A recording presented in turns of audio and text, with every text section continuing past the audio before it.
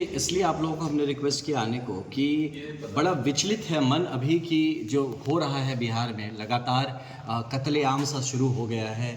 आप पिछले कुछ महीनों में देखेंगे तो इतना ज़्यादा वायलेंस तो शायद बिहार में एक वक्त पे होता था, लेकिन अभी फिर से ऐसे होगा कि आप कल तो हॉस्पिटल में जाके अंदर मतलब जैसे सिनेमा चल रहा हो। आप अगर देखेंगे तो ऐसा कैमरा जैसे सीसीटीवी को उस बंदे ने ऐसा कैमरा को ट्रीट किया जैसे उसके लिए कोई रील बना रहा हो, वहाँ जाता हो और मार के। ये दुस्साहस कहाँ से आ रहा है, इसको गहराई से मैं बड़े चिंता में था कल से। जो जिस लड़के का मर्डर हुआ वो यहीं बक्सर का है, और मैं इस बात को लेकर बहुत चिंता में था कि क्या ऐसा वक्त आने वाला है कि घर में घुस के कोई अब मार देगा गोली। तो इस चिंता में अब क्योंकि मैं आईपीएस में रहा हूं तो एक जायज़ सी बात बनती है कि लॉ एंड ऑर्डर जब बिगड़ता है तो मेरा दिमाग पहले सबसे उस पर चलेगा। मैंने बैठ के पूरी बात को लिखी, अपने दिल की बात लिखी, और मैं चाहता था आपसे साझा करूं। तो मैं आपके लिए जनरली मैं पढ़ता तो नहीं हूं, पढ़ के नहीं बोलता अपनी बात, लेकिन आज मुझे आप अलाउ करिए अपनी बात को मैं कहूँ ताकि कोई बिंदु मुझसे छूट ना जाए। तो ये है कि बिहार को सुरक्षा चाहिए, न कि राजनीतिक साजिशें। इसमें मुझे राजनीतिक साजिश क्यों लग रहा है मैं आपको अभी स्पष्ट कर देता हूँ कि बिहार के अलग अलग हिस्सों में हो रही हालिया चौंकाने वाली और निर्मम हत्याओं ने हर जागरूक नागरिक के मन में गंभीर सवाल खड़े कर दिए हैं कि आखिर इस डर और अराजकता से किसको लाभ मिल रहा है।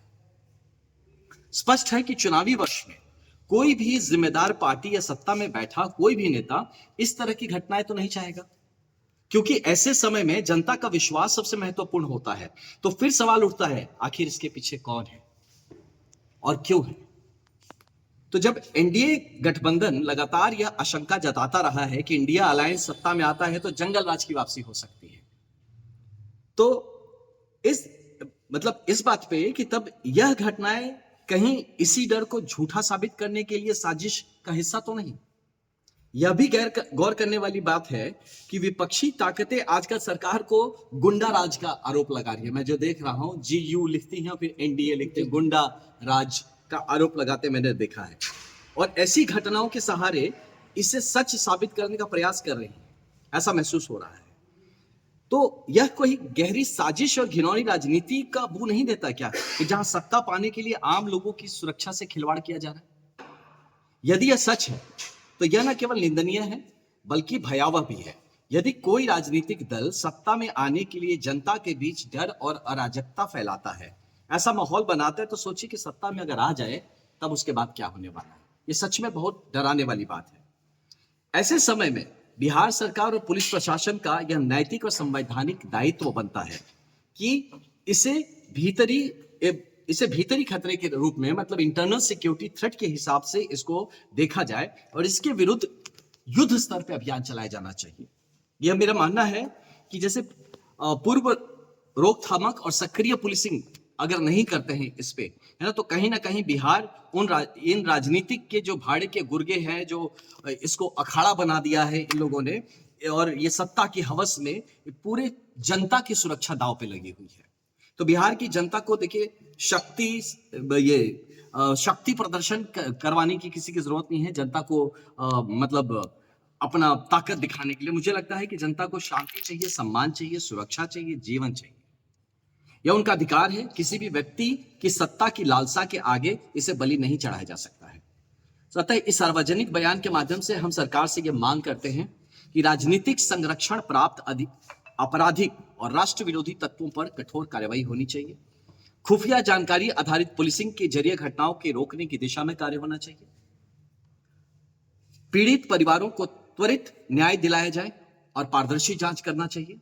सरकार जनता को लगातार स्पष्ट करे, भरोसा दिखाए, ये जानकारी देकर कि वो ऐसे मुद्दों पे क्या क्या स्टेप उठा रही है, क्या काम कर रही है। बिहार की स्थिति और सुरक्षा सिर्फ एक राज्य का मामला नहीं है, बल्कि राष्ट्रीय एकता और अखंडता से जुड़ा विषय है। लोकतंत्र में सत्ता सेवा के जरिए मिलता है, भय और हिंसा फैलाकर नहीं। बिहार की जनता ये सब देख रही है और इसे भूले कि नहीं। अब निर्णय और कार्यवाही का समय है। बिहार की शांति और राष्ट्रीय एकता के हित में हम चाहते हैं कि इसको सरकार मजबूती से ले, क्योंकि देखिए ये जनता समझती है कि सरकार कम से कम ये तो कॉमन सेंस है कि सरकार एक इलेक्शन ईयर में इस तरह की घटनाएं तो नहीं होने देगी, वो तो पूरा रोकने का प्रयास करेगी।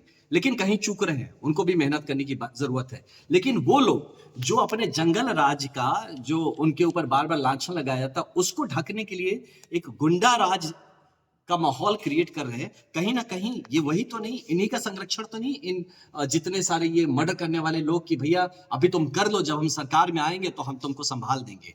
क्योंकि जिस वो जरूरत से आपने देखा होगा कैमरे के आगे कोई गोली चलाता है, ये आसान बात नहीं है, ये बहुत बड़े सवाल उठाता है, पूरे तंत्र में भी सवाल। यहाँ पुलिस को भी अपने ऊपर क्वेश्चन मार्क्स डालने चाहिए, अपने लोगों की ब्रीफिंग होनी चाहिए। मुझे लगता है कि ऐसे लोगों को चिन्हित करने की जरूरत है और प्रिवेंटिव स्ट्राइक करने की जरूरत है, प्रिएम्प्टिव स्ट्राइक करने की जरूरत है कि इसके पहले कि वो गोली चलाए। पुलिस के पास भी बंदूक है, जो कार्यवाही करनी हो वो करे। अब ये वक्त है कि जनता को ये महसूस करवाया जाए कि आप अपनी राजनीतिक लड़ाई में जनता का बलि नहीं चढ़ाएंगे। और इसी के खिलाफ आवाज उठाने के लिए मैं आप लोगों से रिक्वेस्ट किया, आप लोगों के बीच इस बात को रखा। और ये चाहते हैं कि हर आदमी इस बात का समझदारी के साथ इस बात को समझे कि ये सिर्फ दिखने वाला कानून व्यवस्था का प्रॉब्लम नहीं है, इसमें एक राजनीतिक षड्यंत्र का बू आ रहा है।